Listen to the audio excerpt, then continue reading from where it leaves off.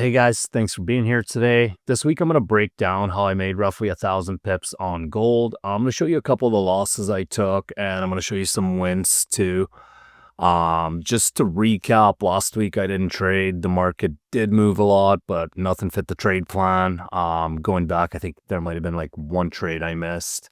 Overall, we're still bullish, and I'll show you guys the ideas here and how they came to fruition. Essentially, we have the tariffs and trade wars driving us right now. So for the time being, I am still bullish, and I will update you guys on my bias for next week at the end of this video. So let's get started here. So I have a couple areas of interest. The first is the daily peaks and valleys for a rebalance. Somewhere in here could be a possible area of interest. The next area for me would be these vectors here. Reason is we already tapped into the vectors above. So this was my first trade idea of the week. We also kind of realigned with the MA here. I'm no longer interested in trading from this vector because if you look, we've already tapped into it. So with that being the first trade idea, I will show you guys my first loss. So let's just fast forward this a bit. Actually, I haven't done bar replay in a while. All right. So we tap in somewhere around here for New York. I drop down to the 15-minute time frame. So being fully transparent, I entered somewhere up here on price breaking out, and I did something along the lines of this. And the reason being was I think I narrowed down and I only covered the 5-minute vectors. Anyway, long story short, this idea ended up stopping me out. I think I ended up losing maybe around 70 or 80 pips. But yeah, this was the first trade idea. So we took a loss on this one. Sadly, this was the very bottom of the move, and I think we were targeting 3260 initially. I ended up closing a bit earlier. So, like I said, sadly, this one ended up being the bottom. So I just kind of left price alone for this day. We can jump up to the 1-hour time frame now. Going back in hindsight, when I went through my trading journal and I waited for this, I actually should have just waited for price to tap in and covered these lows. Reason being was we have a deep mitigation here by this wick, deep mitigation here, and we ended up getting another deep mitigation. Essentially, we got a lower time frame build up targets. So now I need to see that high go before I re-enter. But that was the right idea. It happens. So price pops here. At this point here, I am now interested in getting involved. So I'm gonna sleep for this part, I think. Let's see. Yeah, I don't really watch Asia that late. And I want to say around 5:30 maybe. So price kind of starts stabilizing here. And same thing. So just to reiterate what's going on here, we have this build up gets taken out right here when this high gets taken out. For those of you that went through Elite, you know that this is a liquidity cycle. So when this inducement high gets taken out, we look for a reaction of this imbalance getting filled. When the imbalance starts holding, I can enter this. And I forget where exactly we entered, but you can even see the reaction we got. And again, for those of you that went through Elite, you now know we have a lower time frame liquidity cycle here where you have channel. We channel into the imbalance, which is this guy here. So now hypothetically, we take this out. I can take this buy now. And again, I don't really get too concerned about entries. I just kind of focus on my direction. As long as I see some kind of momentum and I see a reaction or I see liquidity getting taken out, I will enter this. So to recap this one, higher time frame liquidity cycle, inducement high gone. Lower time frame liquidity cycle, inducement high gone. Same entry model, and all we have here is a higher time frame confirmed by lower time frame, and it is confirmed by this channel when this high is taken out. The confirmation we're looking for here is inducement in, inducement out. So inducement comes usually in the forms of momentum. So I use imbalance candles or vector candles. So this would be vector candles. You can see 3 imbalance candles down and 3 or more up. So here, while I don't get 3 in a row without violating the highs, I still get imbalance down, imbalance up. This to me is the exact model I look for an entry. I can take this. And I think, like I said, the initial entry I was going for was 3260. However, for me, the psychological numbers around 3250. So I'm going to look at how price behaves once it hits that psychological number. If I see good momentum, I don't have a problem with entering. Somewhere around here, might have even been lower. We ended up stacking another position. And again, these entries might be off a few pips. I don't really get too concerned about that. If they're up or down 5 or 10 pips, I hold for a lot of pips. So price eventually just took off here. And in this moment here, China announced its retaliation against the United States. And I think at this point, I want to say we might have been at 125% tariffs. And I think the next day or later this night, we jumped up to 245% tariffs.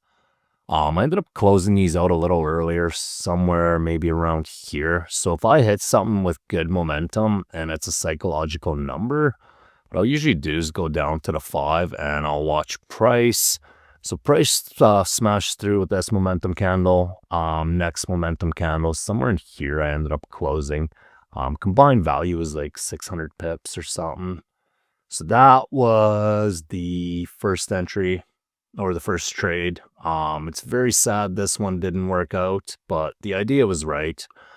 So this was 2 simple liquidity cycles: higher time frame liquidity cycle, lower time frame liquidity cycle. Then price just kind of took off. So what I do with these situations is, so we're overextended by quite a long shot. Usually when price is overextended, I am going to wait for price to correct itself. This next range is it's a little bit sketchy, but I'll explain the idea. So what we're looking for is to hit the next projection, which for me is 3, which is 3350. And you guys will see. When I see this stuff, I don't chase it. I let this go. Reason being is, so there was a lower time frame trade here that I could have taken to the projection. I didn't take it because it's lower probability. Now, we're way overextended. We were actually getting overextended down here. So when we hit the 2, we were really overextended. When we hit the 3, if I get a massive reaction there, I will be looking to sell. And whenever I sell these, I need to see 2 things. Need to see a very aggressive reaction. So this is counter trend. This is lower probability. And I know I'm going to be looking to target this out. And the reason we're looking to target that is same reason we took these trades. Channel, induce, break the inducement, buy, channel, induce, break the inducement, buy. So we have the exact same thing here, only our channel starts down here and we push in. This last push is inducement to induce people into buys one last time. What gives it away here is the size of these 1-hour candles. You can see how this one candle pretty much engulfed maybe, I don't know, 6 or 7 candles here. So that to me is the sellers taking a little bit of profit. And what they're actually looking to do is take out all of this liquidity to continue up. We know this from our overextension. So back to my liquidity cycle, you have channel. Channel builds up. You have your last inducement up. You take out the inducement low. Anywhere in these vectors, I can sell this. So this is an absolutely lower probability trade. So this range completely wiped me before I got one to go. So I believe, so let's just see. I don't recall exactly how it went. I think I took this somewhere and I was a little bit, maybe even a little bit lower. So being completely honest with you guys, I tried to cheat the stop loss. The proper coverage would have probably been something along that. I had travel room on this one to 85. I'll show you the targeting in a sec. I had travel room on this one, so I could have easily taken a bigger stop. Instead, I chose to pull the greedy move, and that happened. So in my live account, this stopped me out, very sadly.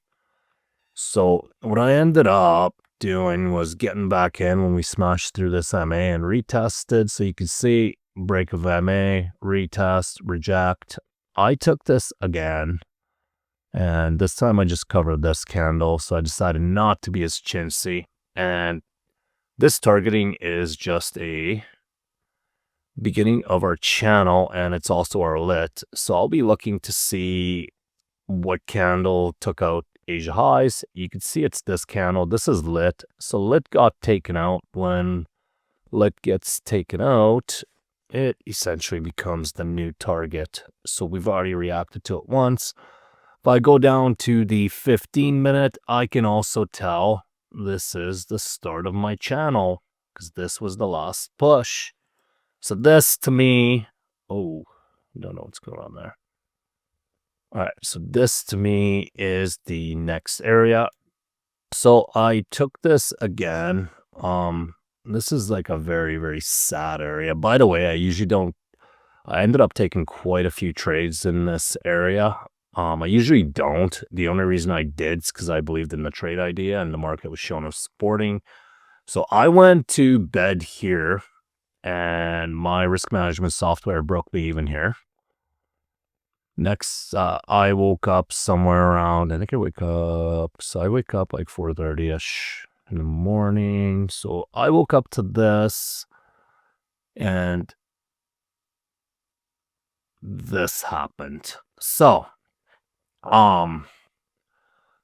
this broke me even very sadly, and this is actually the European interest rates. They cut rates, so gold gave me a nice spiky candle.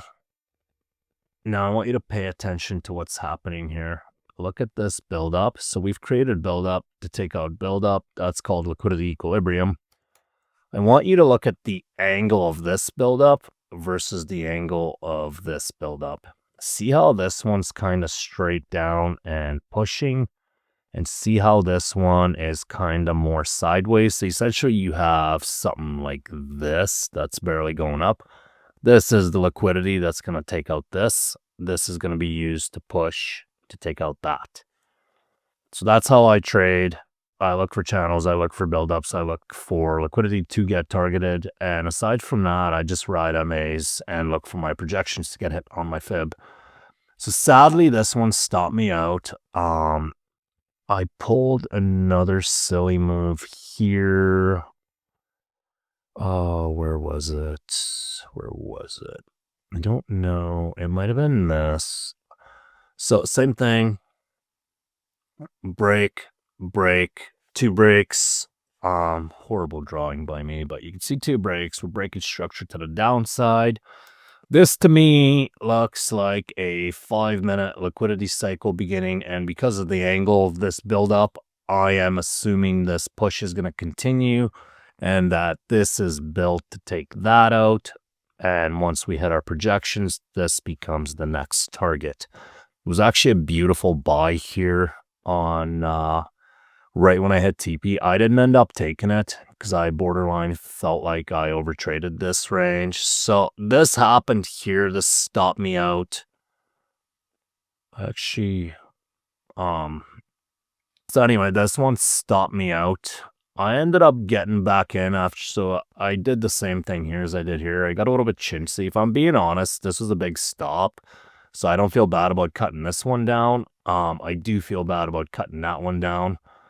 So somewhere around here, I ended up re-executing on momentum. I just covered the MAs this time, and to show you the targeting and how it aligned, we have this push. So I usually like to see if 618 and 168 line up.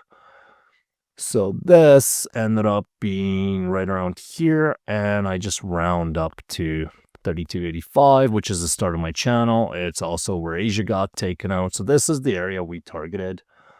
This one here was really sad.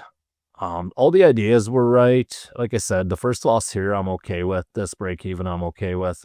This here was really poor on my part because the stop was small enough. I could have, I could have covered 120 pips and still got a 4R. So that one's really bad on my part, and I usually don't do that. However, this guy here, I ended up executing 2 positions on momentum. As soon as I start seeing vector candles, and I just cover the MAs, I don't expect price to come past them. This is the way gold moves. It does this stuff where it'll wick you out. It'll do the, did it again here. Like I said, this one was large enough. I don't feel bad about losing this. I try to cut stops down in there like this. Stuff like this I usually don't do. But if I'm being 100% transparent, this was my 3rd trade idea in 2 weeks, and I was borderline feeling a bit of FOMO. And I think this range was internally pissing me off because none of these trades went. However, everything about the price action kept telling me that we're still going down. So I believed in the idea anyway. This was my main idea. I wanted to buy this. However, 1, 2, 3, 4, 5. 5 trades in one range is 2 more than I like to take. I'm okay with considering this 1 trade pretty much because I just doubled my risk. I'm up on the week, so if I'm up on the week, I don't mind doubling my risk on some trades. Generally, though, when I take 3 trades in a day, that's like absolute max for me. Usually I'm between 1 to 3 trades a week. But yeah, 2 positions is still 1 trade to me. But this one ended up yielding 600 pips. Overall, I ended up being 1,000 pips on the week. And now I'm actually looking at going back up. So regularly, I would buy this because the amount of trades I had taken and being up 1,000 pips on the week, I decided to call it quits. I did not end up buying this, and this is really sad, but let's just kind of look at how price closed. So we hit our area. We are gonna restock orders off our MA, and this is exactly how we like to come up. So what I showed you guys before, induce down, and you get vectors back out. This is exactly how we want to be going into liquidity with imbalance candles. At this point here, we've induced people into sells. However, those of us that trade liquidity know channel, build up, hit projections, take out, build up. This is no longer protected, and it's now the target. So this was an absolute money shot buy here. Anywhere in this imbalance would be a money shot buy for me. But due to my trading rules, I did not get involved, sadly. And yeah, where did price get to? So 27. So projections for next week, I am looking to head into 33.82, or is it maybe 85? My bad. So I'm looking to come back to the 618. So because we've tapped into the 618, I'm expecting the expansion to be at least back to the 618. And if we look at this initial reaction, our projections also align with the 618. For those of you that trade gold, for those of you that learned off me, you know that gold loves this 618 number. So this is my targeting for next week. One of two things is going to happen.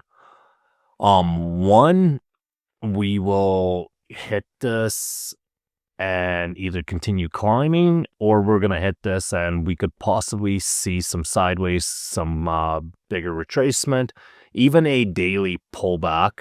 The reason I'm saying this is it's all depending what kind of news get released. There's Russia-Ukraine peace talks, which is good. Hopefully that war ends. And if that's the case, gold will naturally retrace, which again is just going to be a retracement for a bullish move later. The second thing that's going on is Trump announced a 90-day pause on any more tariffs. Basically, he's trying to create market stability. However, since that announcement, China has applied more tariffs. And if we know Trump, I expect Trump to do something along the lines of send some kind of tweet and threaten tariffs or threaten some country with something. And if that's the case, that's going to bring market stability back to where we were. And we're going to be looking at heading into the 3,500 region. So this is all price action. The price action is really fundamental dependent. We got to feel the market out. We got to see what happens. There's peace talks. If Middle East conflicts calm down, Russia-Ukraine calms down, Russia even pulls out of Ukraine, gold's going to see a drop. Great. We'll see a bullish move later in the year, whether it's Powell cutting rates or it's Trump threatening some helpless country with more tariffs. I think gold's got nowhere to go but up long term. Short term will be very much news fundamental dependent. If you want to learn more of this stuff, attend our Sunday calls, Momentum Market Edge. I will leave a link in the description. I will also leave a link for Momentum's Discords. Get in there, get involved. We give away accounts all the time. We give away value like this all the time. And I'll try to do one of these breakdowns for you guys once in a while. I thought it was kind of nice. So this week, everything just kind of flowed. Last week was a bit hard for me because although we moved a lot, this doesn't fit any of my plan. I like to see some kind of pullback. I like to see some kind of restructuration. I did go back through all the price action, and I think I might have missed one in here that was kind of maybe a trade, maybe not. Aside from that, even though this moved a lot, it wasn't tradable for me. Whereas here, I got my nice pullback. I restructured. I could trade that. Here, I caught the pullback, so unfortunately, I can't buy this restructuration because I've definitely hit my amount of trades I like to take in an area.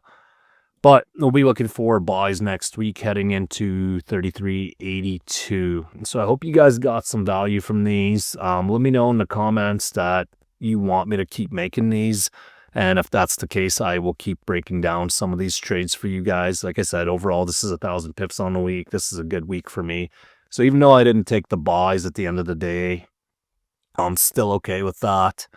The plan was met. Yeah, I hope to see you guys in the Discord. I will see you in the next one.